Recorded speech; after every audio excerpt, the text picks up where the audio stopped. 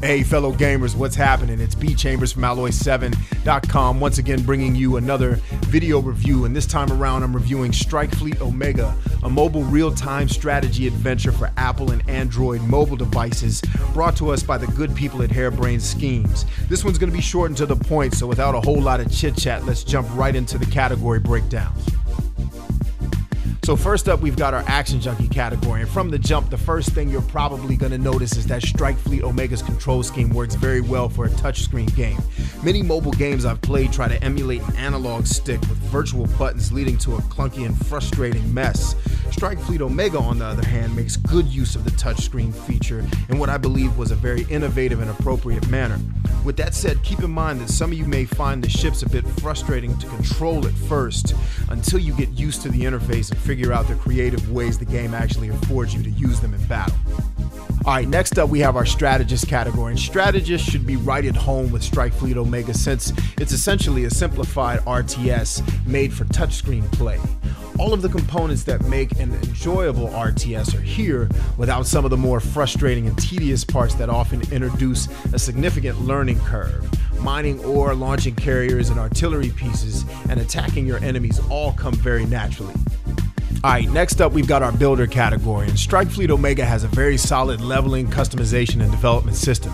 I believe you could enjoy many hours gaining the currency needed to upgrade your ships to make them more lethal in battle. Unfortunately, you've got to spend real money to get some of the best options. More on that later in the review. Okay, so last up for the categories, we've got Achievers. There's an in-game achievements list for the achievers out there who enjoy gaining trophies as you play through your games. Other than that, there's really not a whole lot for achievers to sink their teeth into. Okay, so let's talk bottom line in terms of recommendation for Strikefleet Omega. And in order to do this properly, I'm going to have to break everybody up into two categories.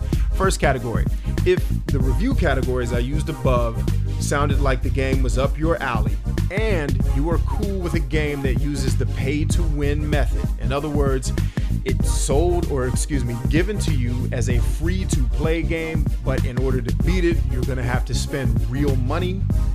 Then if you're cool with that and you like what I said in the categories, then you're probably going to have a great time with Strikefleet Omega.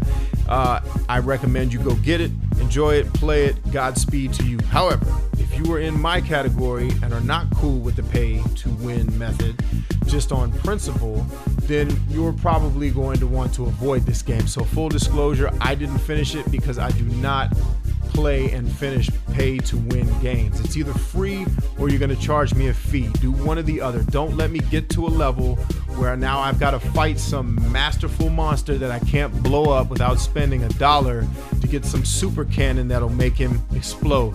I'm not cool with that. I think it's whack. But if you're okay with that, I think you're going to have an enjoyable game on your hands. And with that said, let me also say that I did go back into the game because it allows you to replay earlier levels with the thought process that I'd be able to go back and level up some more. So I'll just go back, I'll grind out some levels, I'll make myself stronger and able to withstand these enemies that I'm encountering later in the game. And what I found out was that did not help. One, because even though my ships were stronger, they still couldn't penetrate the enemies that were showing up without the magical cannon that costs real money. And two, because the game doesn't give you its in-game currency for beating older levels. So there's in-game currency that doesn't cost you a dime that you get for how well you complete a level. When you go back and play older levels, it doesn't give you any of that. That's the money, or the virtual money, that you have to spend to upgrade your fleet, but you don't get any of it. So you can't upgrade your fleet. And further, the best stuff that's in the fleet costs real money. So again, you're cool with spending real money on a game that calls itself free? Go for it, because I think Hairbrained Schemes did an excellent job with this game. If you're not cool with it, you're like me and you think it's whack and you think only a terrorist would pay money for a game that says it's supposed to be free, then go ahead and avoid it, but definitely keep an eye out for Hairbrained Schemes Shadowrun Returns, which is coming up soon, and I can't wait to play that. So that's my thoughts. Take them for what they are. If you've played the game, hey, and if you played the game and been able to beat it without spending real money, you're definitely the person I want to respond to this, because I want to stand corrected if I am wrong, even though I don't believe I am based on how much time I put into the game trying to get around it. So again, I am B Chambers from Alloy7.com. I appreciate you guys listening. Hope you enjoyed it. and I'll see you back on the next video review.